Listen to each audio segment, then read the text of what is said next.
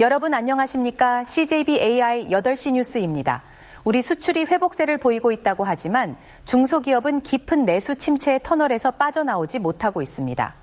중소제조업의 평균 가동률도 석 달 연속 하락세를 보이고 있는데 활로를 뚫어줄 대책 마련이 절실한 상황입니다. 장원석 기자입니다. 곤충의 애벌레로 가축 사료를 만드는 청주의 한 농업법인입니다. 10명 남짓한 직원으로 한 해 수십억 원의 매출을 올리는 유망 중소기업으로 손꼽힙니다. 하지만 최근 수출과 내수 시장 부진 등으로 올해 매출 2배 성장이란 목표를 달성할 수 있을지 걱정이 많습니다. 저희 같은 경우는 B2B로 이제 사료 원료들을 판매하니까요. 이런 수금이 좀 어려운 부분들이 있고요. 그러니까 많이 좀 지체가 되죠. 은행도 이제 그런 대출을 좀 줄이고 있는 상황이고. 내수 판매와 수출 악화는 중소기업의 가장 큰 경영 애로사항으로 작용하고 있는 것으로 나타났습니다. 중소기업중앙회의 4월 중소기업 경기 전망조사에 따르면 업황 전망 경기 지수가 전달보다 0.8%포인트 떨어진 81을 기록하며 기준치인 100을 크게 밑돌고 있습니다. 제조업체에게 가장 중요한 평균 가동률도 석 달 연속 하락하며 70% 초반대에 머물고 있습니다. 업체들은 주요 원인으로 내수 부진을 가장 많이 선택했고 인건비 상승과 업체 간 과당 경쟁, 원자재 가격 상승 순으로 응답했습니다. 고물가, 고금리 영향으로 중소기업들의 어려움은 여전히 큰 상황입니다. 내수 진작 활성화 정책에 더해서 기업들 세제 혜택이라든지 기업 경영 안정자금 지원 확대 등을 통해서 중소기업들 숨통을 좀 틔워줄 필요가 있을 것으로 보입니다.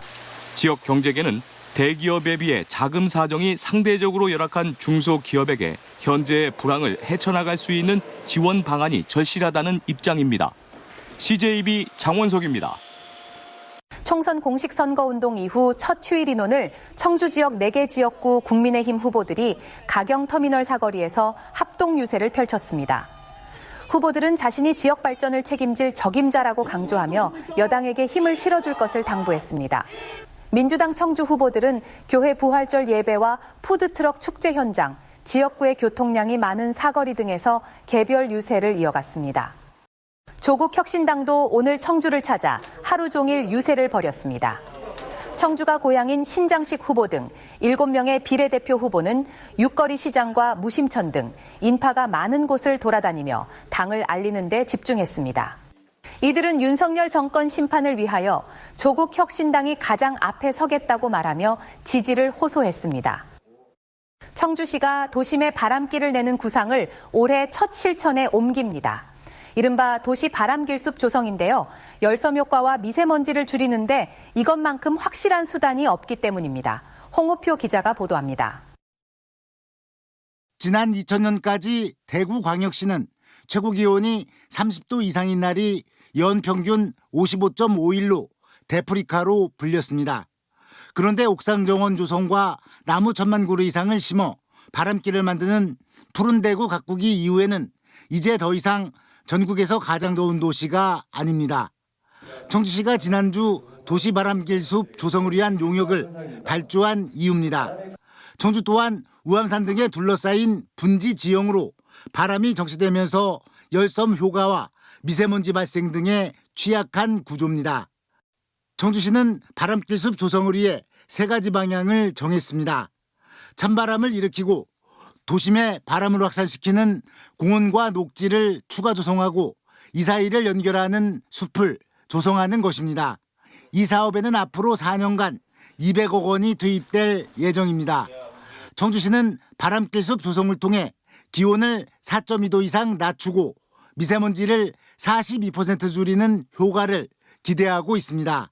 북서쪽에서 불어오는 바람들이 동쪽에 있는 산림에 부딪혀서 이렇게 순환을 하지 못하는 그런 도시 구조를 갖고 있습니다. 그래서 미세먼지를 외곽으로 배출하고 도시 열섬 완화를 하기 위해서 하는 사업입니다. 도시 바람길 숲이 말 그대로 맑은 고장 청주의 명성을 되찾는 계기가 될지 오는 2027년 이후 중장기적으로 정밀한 분석이 진행될 예정입니다. CJB 홍우표입니다.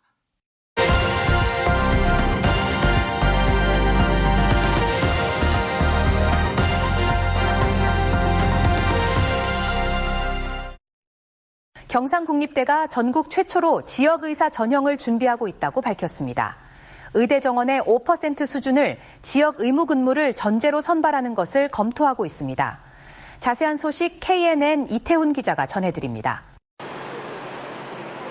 경상국립대가 내년부터 지역의사 전형 제도를 시행하겠다고 밝혔습니다. 의대를 졸업한 뒤에도 지역 의료기관에서 일정 기간 동안 의무적으로 근무하는 방식입니다. 의대 정원 200명 가운데 5%인 10명 정도가 해당 대상입니다. 지역 인재 할당제보다 좀 더 확실한 방법으로 지역에 남는 의사 수를 늘리는 게 핵심입니다. 의료 취약 지구가 18개 시군 중에서 14개입니다. 이 지역에 남는 의사를 양성하기 위해서는 지역 의사 전형을 만드는 게 좋겠다 이렇게 생각을 했습니다. 경상국립대는 장학금 지원과 군복무를 면제해주는 방안도 정부와 논의하겠다고 밝혔습니다. 또 지역의사 전형 도입은 교육부와 협의가 필요하지만 충분히 가능하다고 설명했습니다. 대학 입학 전형 기본 사항이라는 게 대기업에 있습니다. 그것만 고치면 되는 거죠. 법령보다는 좀 밑에 개념이거든. 일본에서는 지난 2007년부터 지역 의사 전형 제도를 시행하고 있지만 국내에서는 처음으로 추진하는 대입 제도입니다.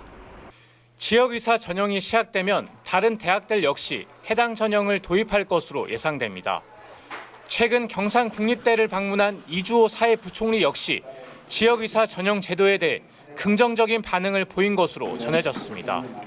이번 의료개혁의 취지에 맞추어 지역의 인재가 우수한 의료 인력으로 양성될 수 있도록 지역의사 전형 도입은 지역에 부족한 의료 인력 문제도 일부 해결할 수 있을 것으로 기대됩니다. KNN 이태훈입니다.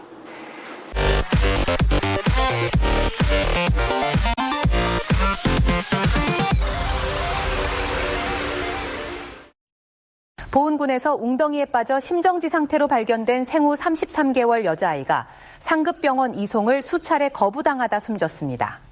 소방당국 등에 따르면 어제 오후 4시 30분쯤 보은읍의 한 웅덩이에 빠진 4살 A양이 119 구급대에 의해 읍내병원으로 옮겨졌고 신속조처로 잠시 맥박을 회복했습니다. 병원 측은 이후 상급종합병원으로 옮겨야 한다 판단해 청주와 천안 등 9개 병원으로 이송을 문의했지만 계속 거부당했고 A양은 결국 저녁 7시 40분쯤 사망 판정을 받았습니다. 청주지방법원 형사 5단독은 술에 취해 리조트 복도에서 음란 행위를 한 30대 공무원 A씨에게 공연 음란 혐의로 벌금 300만 원을 선고했습니다.